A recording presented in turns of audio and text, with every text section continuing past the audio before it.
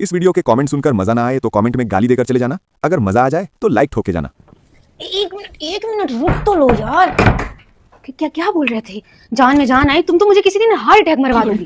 ऐसे कभी भी किसी भी समय पे फोन कर देते हो यार। मानती हूँ कि तुम मेरा पहला प्यार हो, तुम मेरी मतलब सच्ची मोहब्बत हो, लेकिन अब शादी तो किसी और से हो गई। मैं दिल से मैं मतलब बिल्कुल नहीं चाहती थी कि किसी और से हो, तुमसे ही चाहती थी। आज भी मेरे मन में सिर्फ तुम ही समाये हो पति के रूप में, कोई भी नहीं। मुझे आज याद आ रही है जब हम लोग रेस्टोरेंट में जाया करते थे, हाथ पकड़ के बैठते थे और थोड़ा सा तुम रोमांटिक होते थे, थोड़ा सा मैं रोमांटिक होती थी, फिर डेटर आ जाता। अच्छा सुनो, मेरी याद में खाना पीना मत छोड़ना, पतले हो जाओगे। सुनो, मैं जब सो जाएगा कलुआ ना, कॉल करना, फिर हम बात करेंगे, ठीक है? अभी मैं जा रही हूँ। तो चलिए शुरू करते हैं। तुम्हारे तो भाग खुल गए दोस्त, जो तुम्हें ऐसी पत्नी मिल गई।